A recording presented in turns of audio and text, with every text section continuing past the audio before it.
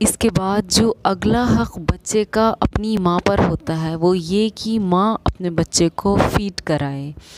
بغیر اس بات کی پرواہ کیے کہ اس سے اس کے جسم میں کمزوری آ جائے گی یا جسم کے ڈھال چال میں کوئی کمی پیشی آ جائے گی۔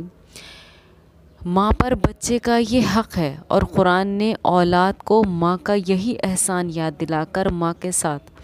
کسی بھی طرح کا غیر معمولی حسن سلوک کی تاکید کی ہے کہ ماں کے ساتھ نہ صرف حسن سلوک کرنا ہے بلکہ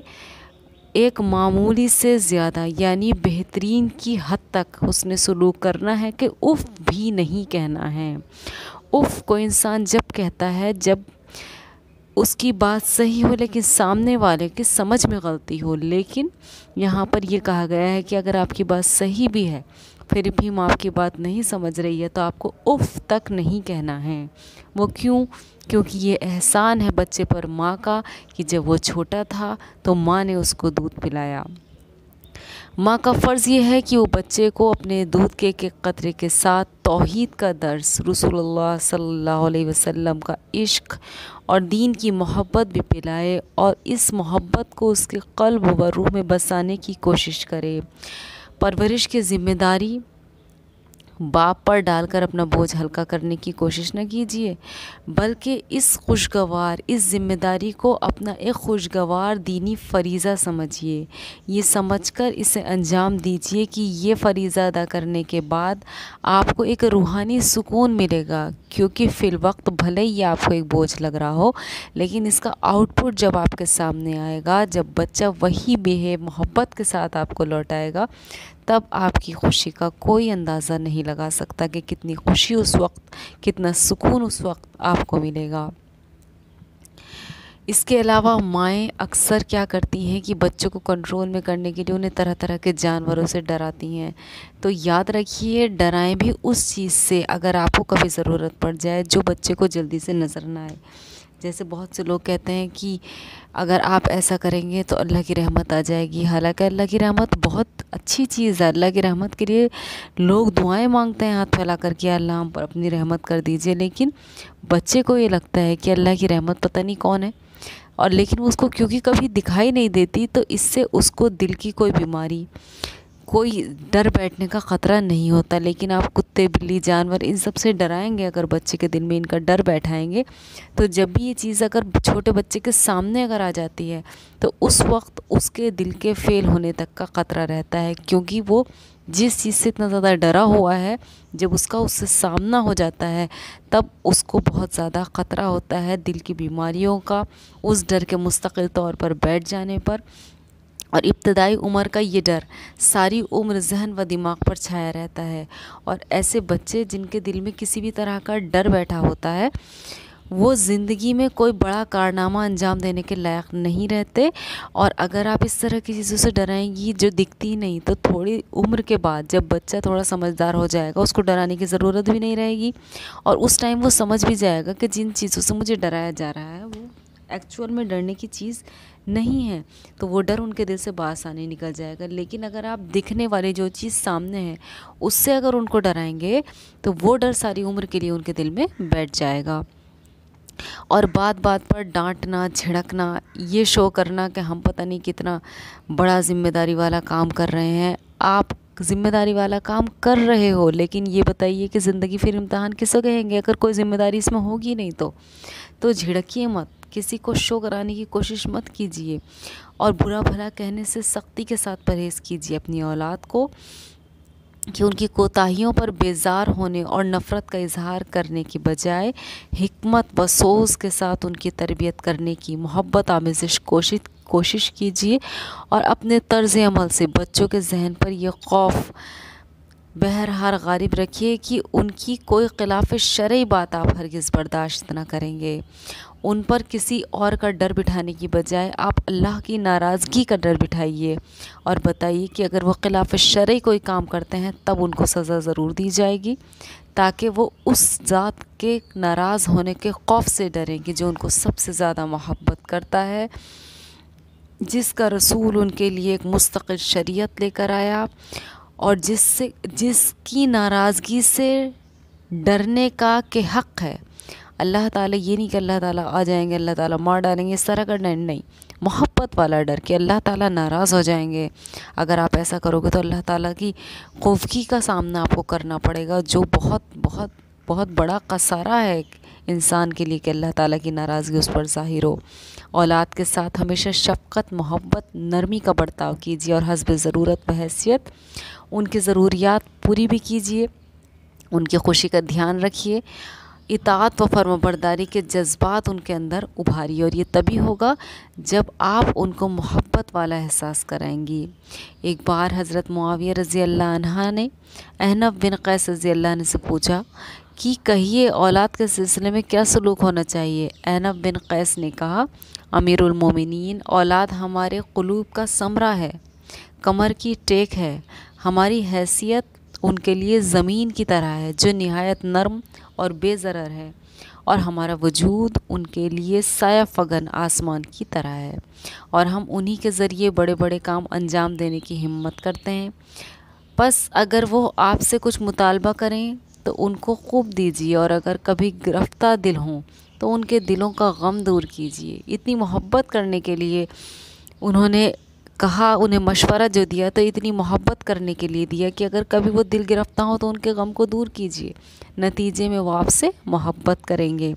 آپ کی کوششوں کو پسند کریں گے، اور کبھی ان پر ناقابل برداشت بوجھ نہ بنیے کہ وہ آپ کی زندگی سے اکتا جائیں اور آپ کی موت کے خواہاں ہوں، آپ کے قریب آنے سے وہ نفرت کریں، ایسا کام نہ کیجیے۔ حضرت معاویہ رضی اللہ عنہ یہ حکیمانہ باتیں سن کر بہت متاثر ہوئے اور فرمایا، احنف،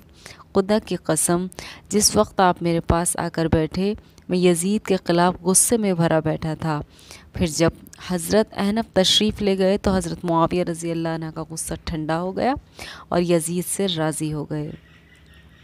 چھوٹے بچوں پر شفقت کا ہاتھ پھیریے، بچوں کو گود میں لیجئے، پیار کیجئے اور ان کے ساتھ خوش طبعی کا سلوک کیجئے، ہر وقت تند خو، غصے میں سخت گیر، حاکمانہ مزاج نہ رکھیے۔ اسی طرز عمل سے بچوں کے دل میں والدین کے لیے والہانہ جذبہ محبت بھی پیدا نہیں ہوتا۔ جو ایک والہانہ محبت ہوتی ہے نا، وہ جب بھی پیدا ہوگی جب آپ اپنی والہانہ محبت کا بچے کو احساس کرائیں گے، کیونکہ آپ کی کیفیات ہی ایکچوئل میں بچے کے اندر فیڈ ہو رہی ہوتی ہیں، ان کے اندر خود اعتمادی بہت آ جاتی ہے۔ جب بچہ دیکھتا ہے نا کہ اس کو اتنا پیار کرنے، اتنا چاہنے والا کوئی ہے، تو بچے کے اندر خود اعتمادی، کانفیڈنس بہت زیادہ آ جاتا ہے، اور وہ کانفیڈنس ساری زندگی بڑے بڑے کام انجام دینے میں اس کی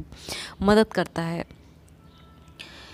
اور ان کی فطری نشو و نما، جو ایک فطرت ہوتی ہے نا بچوں کی، وہ اس محبت سے بہت ہی جلدی پرواز چڑھتی ہے اور وہ خوشگوار اثر بچے پر ڈالتی ہے۔ ایک مرتبہ اقرا بن حابس رضی اللہ عنہ نبی صلی اللہ علیہ وسلم کے پاس آئے۔ حضور صلی اللہ علیہ وسلم اس وقت حضرت حسن رضی اللہ عنہ کو پیار کر رہے تھے، جو ان کے نواسے تھے، ان کو پیار کر رہے تھے۔ تو اقرا رضی اللہ عنہ دیکھ کر تعجب ہوا، کو انہیں بڑا تعجب ہوا اور بولے، یا رسول اللہ، آپ ہی بچوں کو پیار کرتے ہیں؟ میرے تو 10 بچے ہیں، لیکن میں نے تو کبھی کسی کو ایک کو بھی پیار نہیں کیا۔ نبی صلی اللہ علیہ وسلم نے اقرا رضی اللہ عنہ کی طرف نظر اٹھائی اور فرمایا، اگر خدا نے تمہارے دل سے رحمت و شفقت کو نکال دیا تو میں کیا کر سکتا ہوں؟ فاروق اعظم رضی اللہ عنہ کے دور میں حضرت عامر رضی اللہ عنہ کسی اہم عہدے پر تھے۔ ایک بار حضرت عمر رضی اللہ عنہ ان سے ملنے آئے، ان کے گھر پہنچے، کیا دیکھتے ہیں کہ حضرت عمر رضی اللہ عنہ لیٹے ہوئے ہیں اور بچے سینے پر چڑھے ہوئے کھیل رہے ہیں۔ حضرت عامر رضی اللہ عنہ کو یہ بات کچھ گراں گزری۔ ناگوار امیر المومنین نے پیشانی کے اتار چڑھاؤ سے ان کی ناگواری کو بھانپ لیا اور حضرت عامر رضی اللہ عنہ سے بولے، کہیے آپ کا اپنے بچوں کے ساتھ کیسا برتاؤ رہتا ہے؟ عامر رضی اللہ عنہ کو موقع مل گیا، بولے، امیر المومنین، جب میں گھر میں داخل ہوتا ہوں تو گھر والوں پر سکتہ طاری ہو جاتا ہے، سب اپنی اپنی جگہ دم ساتھ کر چپ ہو جاتے ہیں۔ حضرت عمر رضی اللہ عنہ بڑے سوز کے ساتھ کہا۔ سنیے کہ حضرت عمر رضی اللہ عنہ اس پر کیا جواب دیتے ہیں۔ وہ تو بڑی شان سے بتا رہے ہیں کہ میں غصے میں اتنا تند خو ہو کر آتا ہوں کہ سب اپنی اپنی جگہ دم بخود رہ جاتے ہیں، کوئی بولتا نہیں ہے۔ اس پر حضرت عمر رضی اللہ عنہ کا کیا ریئیکشن ہے؟ وہ بولے عامر رضی اللہ عنہ آپ امت محمدیہ کے فرزند ہوتے ہوئے یہ نہیں جانتے کہ مسلمان کو اپنے گھر والوں کے ساتھ کس طرح نرمی اور محبت کا سلوک کرنا چاہیے؟ اولاد کو پاکیزہ تعلیم و تربیت سے آراستہ کرنے کے لیے اپنی کوشش وقف کیجیے اور اس راہ میں بڑی سے بڑی قربانی سے بھی دریغ نہ کیجیے۔ یہ آپ کی دینی ذمہ داری بھی ہے اور اولاد کے ساتھ عظیم احسان بھی،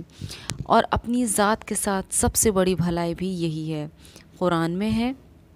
یا ایھا الذین آمنوا قوا انفسکم واہلیکم نارا،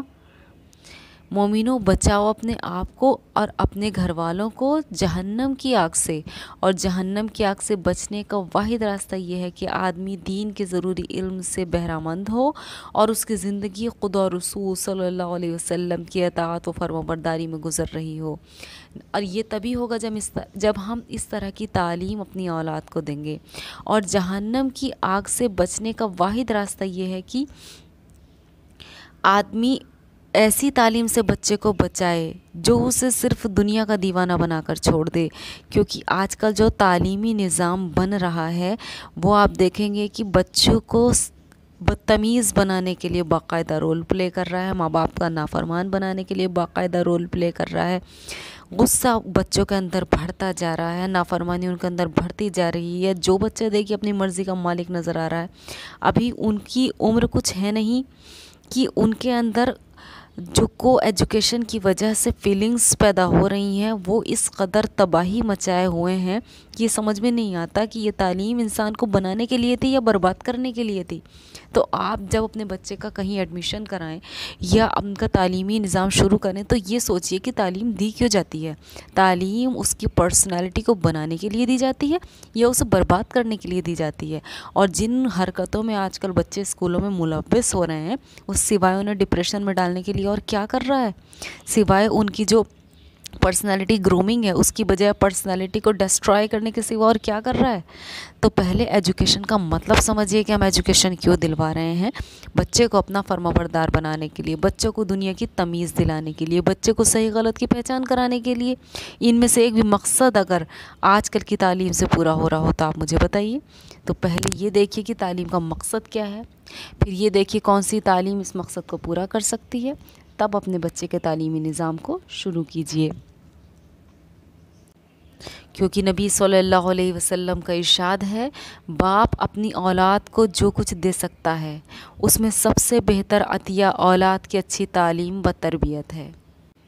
اور آپ صلی اللہ علیہ وسلم نے یہ بھی فرمایا کہ جب انسان مر جاتا ہے تو اس کا عمل ختم ہو جاتا ہے، مگر 3 قسم کے اعمال ایسے ہیں کہ ان کا اجر و ثواب مرنے کے بعد بھی ملتا رہتا ہے۔ اور اس پر ایک مکمل ٹاپک جو کہ بہت بڑا سیشن اسے کمپلیٹ کرنے کے لیے چاہیے کہ مرنے کے بعد نیکیوں کی کتنی ضرورت، کتنا ترساؤ ایک مردے کے لیے ہوتا ہے۔ اور سوچئے ایسے میں ہمارے پیچھے کوئی صدقہ جاریہ ہم چھوڑ کر جا رہے ہیں تو وہ کتنی بڑی نعمت اس کے بعد ہمارے لیے ہوگی۔ تو وہ 3 چیزیں جو مرنے کے بعد بھی ہمارے اعمال نامے میں ترقی کرتی رہتی ہیں، وہ ان میں سے ایک یہ وہ صدقہ جاریہ کر جائے، دوسرے یہ کہ وہ ایسا علم چھوڑ جائے جس سے لوگ فائدہ اٹھائیں، تیسرے صالح اولاد جو باپ کے لیے دعا کرتی ہے۔ صدقہ، علم اور صالح اولاد، ان تینوں کو صدقہ جاریہ کہا گیا جن کا اجر مرنے کے بعد بھی ختم نہیں ہوتا ہے۔ دراصل اولاد ہی آپ کے بعد آپ کی تہذیبی روایات، دینی تعلیمات، پیغام توحید کو زندہ رکھنے کا ذریعہ ہے، اور مومن نیک اولاد کی آرزوئیں اسی لیے کرتا ہے تاکہ وہ اس کے بعد اس کے پیغام کو زندہ رکھ سکیں۔ بچے جب 7 سال کے ہو جائیں، اب یہ نیکسٹ حق ہے بچے کا اپنے ماں باپ پر، جو ماں باپ کو بالضرور ادا کرنا چاہیے کہ جب بچے 7 سال کے ہو جائیں تو ان کو نماز سکھائیں، نماز پڑھنے کی تلقین کیجیے اور اپنے ساتھ مسجد لے جا کر شوق پیدا کیجیے۔ جو مائیں ہیں وہ اپنی بچیوں کو گھر میں اس چیز کا شوق پیدا کریں، اور جب وہ 10 سال کے ہو جائیں اور نماز میں کوتاہی کریں تو انہیں مناسب سزا بھی دیجیے، اور اپنے قول و عمل سے ان پر واضح کر دیجیے کہ نماز کی کوتاہی تو آپ برداشت نہ کریں گے۔ جس طرح کے رولس آپ اپنے گھر میں بنائیں گے اسی طرح آپ کے بچے چلیں گے، کیونکہ جس وقت بچہ چھوٹا ہوتا ہے وہ پوری طرح سے ماں باپ کی سوچ، ماں باپ کے طور طریقوں پر ڈیپینڈ ہوتا ہے، اور اس وقت جو آپ اس کے دل میں اتار دیں گے اس کے لیے وہی حق ہے، وہی سچ ہے۔ بہتر ہے کہ جو ریئل میں حق اور سچ ہے وہی آپ اس کے قلب میں اتاریے، تاکہ وہ مرنے کے بعد آپ کے لیے صدقہ جاریہ بنے۔